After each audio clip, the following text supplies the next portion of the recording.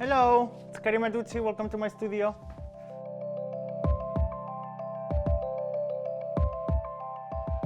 So this is my studio, an atelier, and it's where mostly we do all our creative projects. The studio is part of WoWA Amsterdam, and we're in West. I like it here. It's quiet, and I like the people. I like the community around me, and it feels at home. I didn't really never plan to become a designer. First I started as an artist, how you can see behind this wall, and that was my training. I did fine arts in Barcelona. My both parents were tailors, so I grew up with them, seeing them every day making clothing. But then once I moved to Amsterdam and I took distance away from them, I started to miss that part of life and I became a fashion designer. But it was never really my plan, so that's how it went, mostly by accident. I work with Anne Casano, and we both came up with the social distancing fabric, and Anne Casano is here behind me.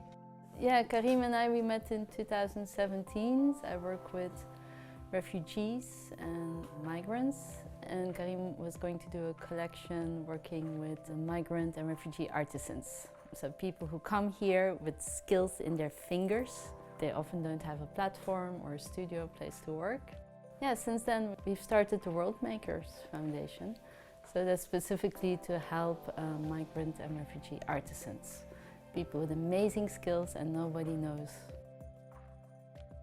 So during the first quarantine, we were all locked down at home, so we couldn't do much. We couldn't interact with the foundation or the community. So World Makers Foundation and we came up with the idea of making drawings on fabrics by hand and sending them home to people with a needle and thread so they could embroider it and later make a patchwork so we could exhibit it.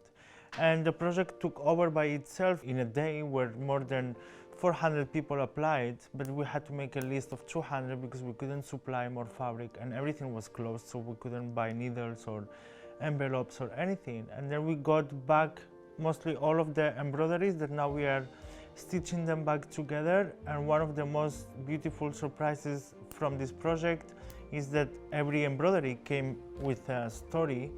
There are also stories. I mean, we were here, we would open the envelopes together, like we were in tears most of the times. And there are also fabrics that came back that are half finished, and the stories that go with that, they're just heartbreaking.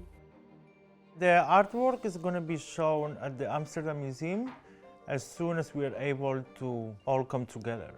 We thought that it's going to just work here close by in West, but the project took over by itself and it became global. So we have people from China, Austria, Spain, France, Italy, even US and Dubai. We just did what we could do.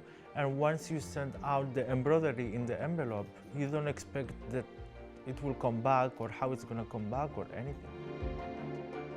Well, at the moment, our vision and goal is to have a foundation that is open 5 days a week, where people could just come in and have a creativity as an excuse to invite them, but also help them in their issues, or if they need advice or tips or to write a CV in more socially. But for that we need resources and time to make it happen, but it's our dream.